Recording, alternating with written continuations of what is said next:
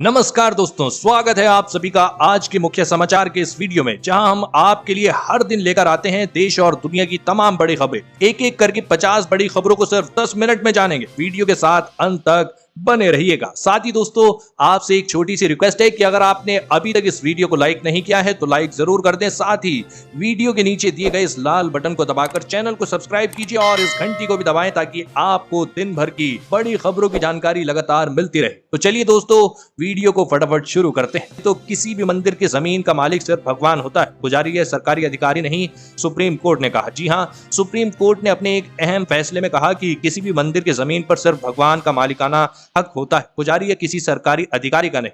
इसके लिए उन्होंने अयोध्या के राम जन्मभूमि फैसले का हवाला दिया। इसके साथ ही सुप्रीम कोर्ट ने मध्य प्रदेश सरकार की उस अधिसूचना पर अपनी मोहर लगा दी जिसमें कहा गया था कि मंदिर की जमीन का मालिक उस मंदिर का पुजारी नहीं हो सकता।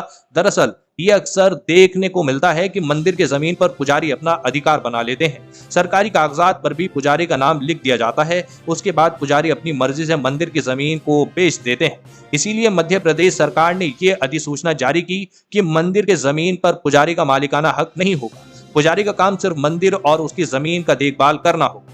जमीन का मालिकाना हक किसी सरकारी अधिकारी का होगा। लेकिन आज सुप्रीम कोर्ट ने यह फैसला दिया कि मंदिर की जमीन का मालिकाना हक उस मंदिर में विराजमान भगवान का ही होगा, जैसा कि राम जन्मभूमि मामले में हुआ था। जी हाँ, और अगली बड़ी खबर की बात करें तो अब सिस्टम पोर्टेबिलिटी की तरह जब चाहे बदल सकते हैं एलपीजी डिस्ट्रीब्यूटर्स। रसोई गैस सिलेंडर बुकिंग की दिक्कत हुई खत्म। जी हाँ, केंद्र सरकार उपभोक्ताओं की सहूलियत बढ़ाने के लिए लगातार काम कर रही है। इसी कड़ी में रसोई गैस उपभोक्ताओं को एलपीजी सिलेंडर भरवाने के लिए गैस डिस्ट्रीब्यूटर खुद चुनने की आजादी मिल गई है। बता दें कि अब तक ग्राहक सिर्फ तय डिस्ट्रीब्यूटर से ही गैस सिलेंडर भरवा सकते हैं। अब इंडियन ऑयल कॉर्पोरेशन ने एलपीजी सिलेंडर की बुकिंग के लिए नई व्यवस्था शुरू कर दी है। इसके तहत ग्राहक टेलीकॉम सर्विस प्रोवाइडर्स की तरह ही एलपीजी गैस वितरक की सर्विस पसंद नहीं आने पर जब चाहें रिफिल पोर्टेबिलिटी का फायदा ले सकते हैं। इसके लिए इंडियन ऑयल ने वन ऐप नाम से मोबाइल ऐप बनाया है। अगर किसी डिस्ट्रीब्यूटर की रेटिंग खराब हुई तो ग्राहक आसानी से दूसरे रसोई गैस वितरक का चुनाव कर सकेंगे। और अगली बड़ी खबर की बात करें तो अब मुफ्त में नहीं मिलेगा युवाओं को बेरोजगारी भत्ता। 4 घंटे सरकारी विभाग में करना होगा काम। जी हाँ, सरकार अब युवाओं को फ्री में बेरोजगारी भत्ता देने के मूड में बिल्कुल नहीं है। जिन युवाओं ने ग्रेजुएशन तक पढ़ाई की है उन्हें सरकार बिना कुछ मेहनत करे बेरोजगारी भत्ता नहीं देगी। बेरोजगारी भत्ता पाने के लिए युवाओं को नजदीकी सरकारी विभाग में 4 घंटे तक ड्यूटी देनी होगी। अगर आपके पास कोई प्रोफेशनल डिग्री या डिप्लोमा नहीं है तो राजस्थान कौशल एवं आजीविका विकास निगम से पहले 3 महीने का प्रशिक्षण भी लेना होगा, जिसके बाद ही आप भत्ते के लिए आवेदन कर पाएंगे।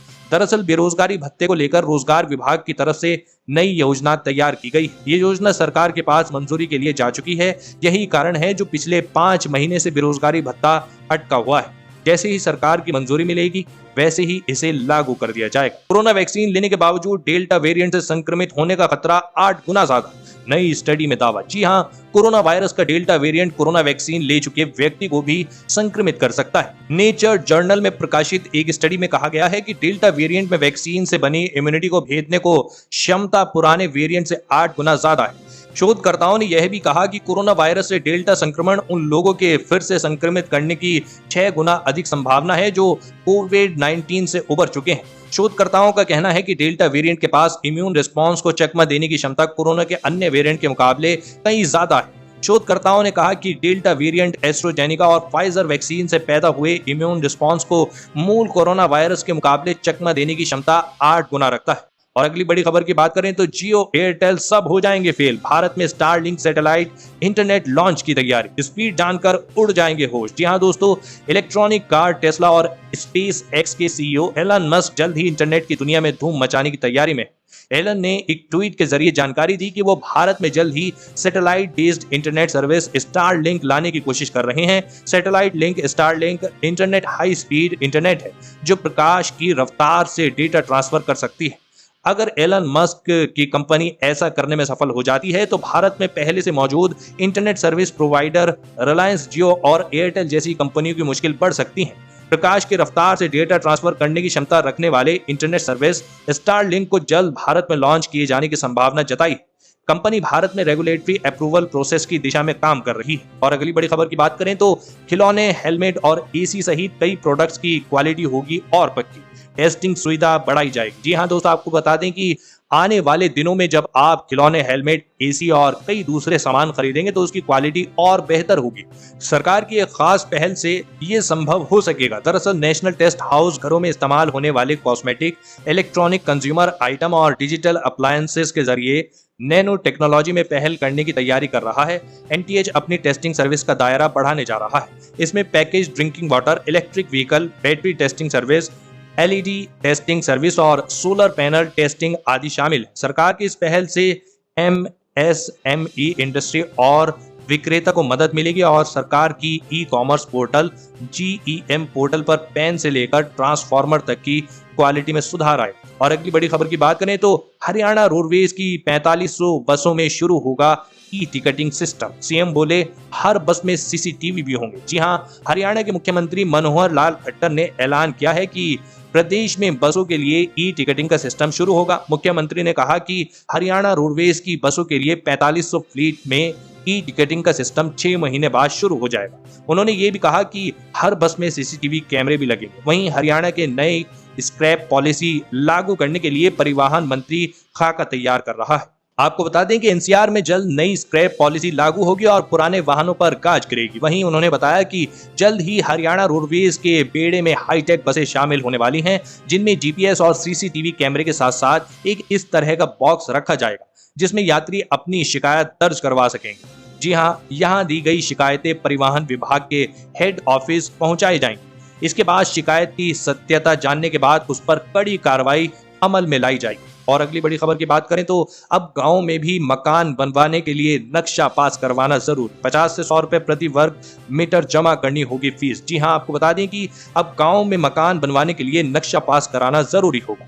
इसके लिए जिला पंचायत से मंजूरी लेनी होगी। 50 से 100 रुपए प्रति वर्ग मीटर फीस भी देना होगा।